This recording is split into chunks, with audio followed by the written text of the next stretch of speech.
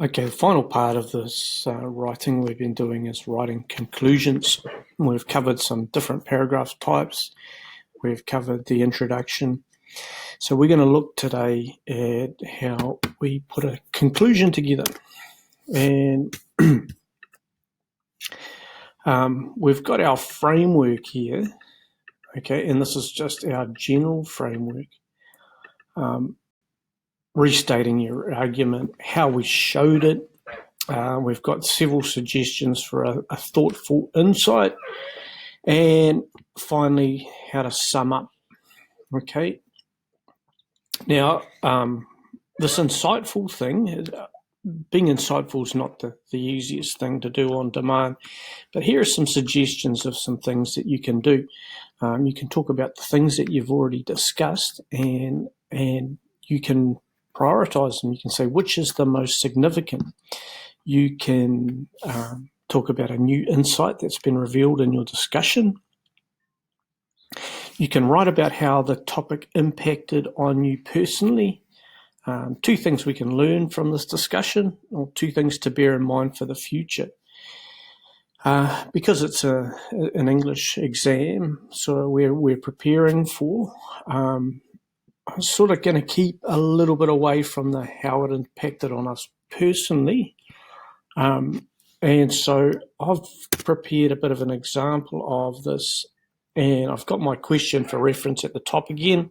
This is the one that we've gone through. We've got a plan and a brainstorm for, and we've been through an introduction and the body paragraphs.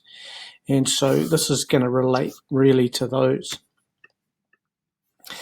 So restating the argument. So this essay has described how Christopher, suffering Asperger's, relates to other people and copes with challenging situations. Forced to cope with his father's deceit, he needs to travel to London to see his mother, and he needs to change his coping mechanisms to do so. This change is necessary for the character and for the text as a whole.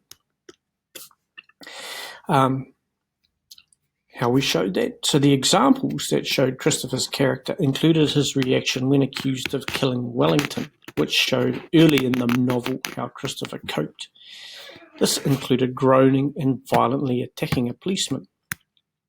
Later, when he is again dealing with a policeman, he copes by hiding in an enclosed space and doing maths problems in his head. We can make some judgments there about that not being the ideal coping mechanism, but it is better than a violent assault. So our thoughtful insight. Now, I've chosen the first one,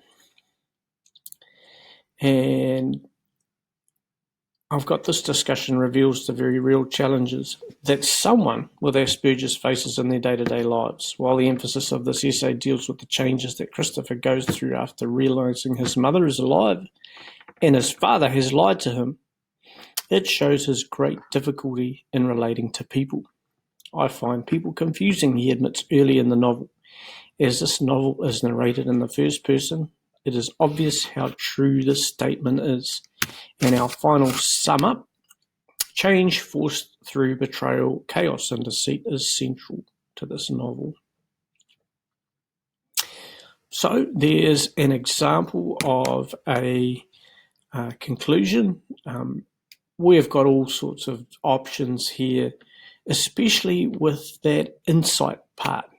Okay, just to reiterate, with our conclusion, we don't want to include a whole lot of new stuff, new examples that we haven't talked about earlier. Okay, we've got to bring stuff together. Any of that stuff that you think would be great in your conclusion, really, you should be mentioning it earlier in your essay rather than saving it for last.